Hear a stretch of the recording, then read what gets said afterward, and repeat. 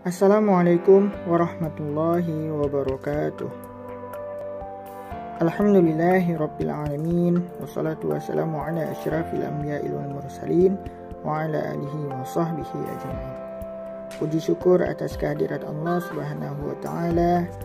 Selawat dan salam kepada Nabi besar baginda Nabi Muhammad sallallahu alaihi wasallam, dan juga kepada keluarga-keluarganya, dan juga kepada sahabat-sahabatnya, dan juga kepada ulama-ulama mutaqaddimin, ulama-ulama mutaakhirin, dan ulama-ulama yang muktabar. Perkenalkan, nama saya Muhammad Zamzami, mahasiswa IAIN Zawiyah Cutkala Langsa, Prodi Hukum Ekonomi Syariah, peserta KKN TDR berbasis sosial media. Ini merupakan podcast pertama saya yang insya Allah akan membahas mengenai bagaimana peran dayah dalam membentuk akhlakul karimah santri. Akhlak merupakan suatu sifat yang dimiliki semua manusia. Setiap manusia memiliki sifat atau akhlak yang berbeda-beda. Dalam pandangan agama Islam, akhlak merupakan patokan dan alat ukur untuk menentukan nilai baik buruknya sifat dan tingkah laku seseorang. Hal-hal yang baik menurut Al-Quran dan hadis, itulah yang baik untuk dijadikan pegangan dalam kehidupan sehari-hari. Begitu pula sebaliknya, apa yang menurut Al-Quran dan hadis buruk, itulah yang tidak baik dan harus dijauhi. Di zaman sekarang ini, akhlak merupakan suatu hal penting yang perlu diperbincangkan.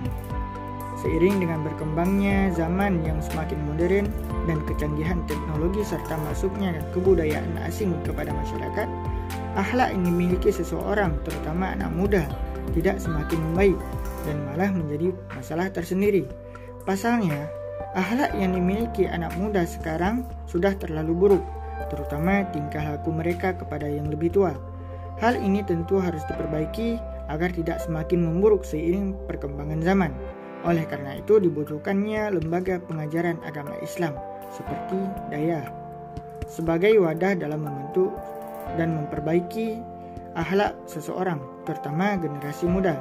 Dengan adanya dayah, diharapkan kesadaran orang tua kepada anaknya meningkat akan pentingnya pendidikan dayah dalam sarana memperbaiki akhlak. Di kesempatan berbahagia ini, insya Allah saya akan membahas mengenai bagaimana peran dayah dalam membentuk akhlakul karimah santri di salah satu dayah di daerah Aceh Tamiang, yaitu dayah Raudatun Najah 2 yang beralamat di Desa Matang Tepah, Kecamatan Bendahara, Kabupaten Aceh Tamiang, yang langsung dipimpin oleh Tengku Haji Abdul Razak. Dayah Raudatun Najah 2 merupakan cabang kedua dari dayah Raudatun Najah 1 yang dipimpin Tengku Haji Ridwan Gapi yang beralamat di Desa Sukarjo, Kecamatan Langsa Timur, Kota Langsa. Dayah Raudatun Najah 2 sebagai lembaga pendidikan keagamaan yang keberadaannya dituntut untuk dapat meningkatkan partisipasinya dalam mewarnai pola kehidupan di lingkup dayah. Jika pendidikan dipandang sebagai proses, maka proses tersebut akan berakhir pada pencapaian tujuan yang hendak dicapai. Adapun tujuan yang hendak dicapai dengan adanya dayah secara umum adalah adanya perubahan tingkah laku atau perubahan akhlakul karimah, dan tujuan secara khususnya yaitu tazkiyatun nafsi, yaitu mensucikan diri, pendekatan diri kepada Allah melalui mujahadah. Mengenai pendidikan dan pengajaran yang ada di dayah Raudatun Najah 2 juga terdapat berbagai macam kegiatan yang dapat membantu dalam pembentukan akhlak santri di dalam dayah. Di antaranya seperti Dalail Khairat, pengajian kitab-kitab kuning, muhadharah, tausiah dari pimpinan, dan ada juga kegiatan olahraga seperti sepak bola yang memanfaatkan lahan seadanya. Selain itu, dayah Raudatun Najah 2 memiliki metode pendidikan dan pengajaran akhlak tersendiri, di antaranya yaitu metode keteladanan.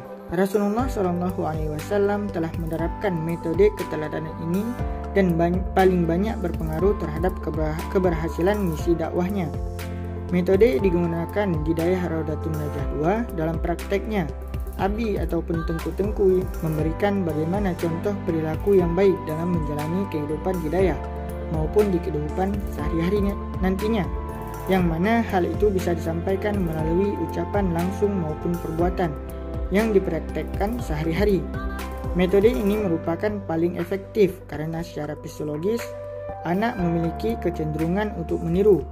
Begitupun pula seorang santri ketika berada di dayah secara tidak langsung akan meniru abi atau tengku-tengku dalam berperilaku sehari-hari yang lama-lama menjadi kebiasaan dan nantinya akhlak dan perilaku tersebut akan berguna di kehidupan sehari-hari. Yang kedua yaitu metode pembiasaan. Metode pembiasaan merupakan metode yang menanamkan akhlak dalam kebiasaan sehari-hari. Pembiasaan yang dilakukan agar proses pembentukan akhlak dapat dilakukan dengan mudah dan senang hati. Dalam praktiknya, didayah biasanya membiasakan seorang santri untuk berbicara dengan sopan dan bertingkah laku sesuai tata krama kepada yang lebih tua maupun kepada abi dan tengku-tengku. Akhlak yang telah dibiasakan sejak masa kecil atau muda kepada santri nantinya akan menjadi kebiasaan sehingga masa tua nantinya yang sulit untuk berubah. Jika seorang santri memiliki akhlak yang baik sejak dari pesantren atau dayah, maka itu akan sangat berguna sekali dalam kehidupan sehari-hari. Yang ketiga yaitu metode memberi nasihat. Nasihat yang dimaksud adalah kata-kata yang diberikan abi atau tengku-tengku agar seorang santri terhindar dari hal-hal buruk yang dilarang oleh agama. Metode ini juga diterapkan di dayah Raudatun Najah 2, baik itu berupa kutipan tulisan dari perkataan abi dan tengku-tengku ataupun perkataan secara langsung pada saat kegiatan pengajian. Nasihat biasanya juga disampaikan oleh abi dan tengku-tengku yang berdasarkan isi dari kitab salaf yang dipelajari, tak terkecuali tentang masalah akhlak yang biasa langsung dipraktekkan dalam kehidupan sehari-hari. Yang keempat yaitu metode motivasi dan intimidasi. Dalam prakteknya, di dayah Raudatun Najah 2, metode ini disampaikan dengan penyampaian pelajaran melalui cerita. Cerita ini bertujuan untuk memotivasi santri agar menjadi seorang yang memiliki akhlak yang baik. Apabila yang diceritakan merupakan kisah yang baik, maka seorang santri harus mengikutinya. Begitu pula sebaliknya, apabila yang disampaikan kepada santri merupakan kisah yang buruk, maka santri harus menjauhinya. Baik itu cerita para nabi terdahulu, sahabat nabi maupun ulama-ulama terdahulu. Metode ini juga efektif karena dalam pembelajaran khususnya akhlak di dayah seorang santri agar tidak mudah bosan, sehingga santri dapat mengambil sisi baik dari kisah yang terjadi di masa lalu dan mempraktekkan dalam kehidupan sehari-hari. Yang kelima yaitu metode persuasif. Metode ini bertujuan untuk meyakinkan seorang santri tentang suatu ajaran dengan kekuatan akal yang dimilikinya. Penggunaan metode ini didasarkan pada sejatinya manusia merupakan makhluk yang berakal. Dalam prakteknya, dayah melalui peran abi dan tengku-tengku meyakinkan seorang santri untuk bisa membedakan mana yang benar dan mana yang salah, sehingga santri nantinya dalam kehidupan sehari-hari dapat membedakan mana perilaku baik dan mana yang buruk. Inilah beberapa metode yang diterapkan di dayah Raudatun Najah 2 dalam membentuk akhlakul karimah santri, dan semoga bermanfaat bagi teman-teman. Kesimpulan yang dapat kita ambil dari penjelasan di atas ialah akhlak merupakan sifat yang melekat pada diri manusia dan menunjukkan jati diri seseorang. Akhlak yang menjadi hal yang sangat penting untuk diperhatikan terutama di tengah perkembangan zaman yang semakin modern. Krisis akhlak semakin tidak terbendung karena perkembangan teknologi informasi dan masuknya budaya asing yang menyebabkan generasi muda semakin terkikis akhlaknya. Mungkin cukup sekian podcast saya kali ini, semoga bermanfaat bagi teman-teman. Saya Muhammad Zamzami, mohon undur diri. Assalamualaikum.